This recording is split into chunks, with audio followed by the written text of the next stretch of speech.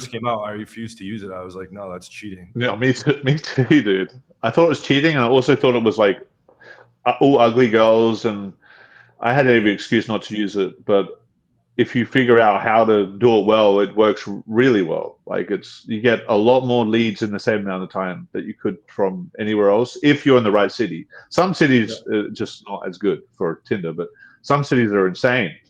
So yeah, it's a very useful addition to game, but it's not the only source. But that Mystery is when you saying add that that, in, your results go up. Mystery is saying in the modern day that online dating is just like a little like gambling rush of just like getting dopamine hits, and you're just paying the producer of the app, and it's like a waste of time, which I think is completely inaccurate. You and I have both crushed the dating apps. Yeah, like you said, when you build the profile right, when you tune the photos right, when you build the bio right, like when you do it right, like you can really crush pretty hardcore. Yeah, Tinder's pretty relentless with that, because if you don't have a good profile but you're a great guy, no one gives a fuck. But yeah, if you have a top 5% profile, maybe top 1% even, it's insane. And most guys can get it, really. You don't even have to be very attractive to have a good profile, because you can make yourself look more attractive than you really are. Yep.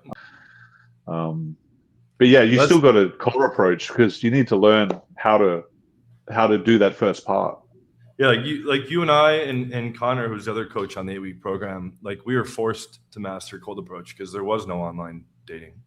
Right? You said you thought it was cheating in the beginning, because when you develop this like insane skill set to pick up girls in public, and then you can just match them and meet them through the app, it seems like you're shortcutting and skipping all the skill elements that you would have to do in a cold approach.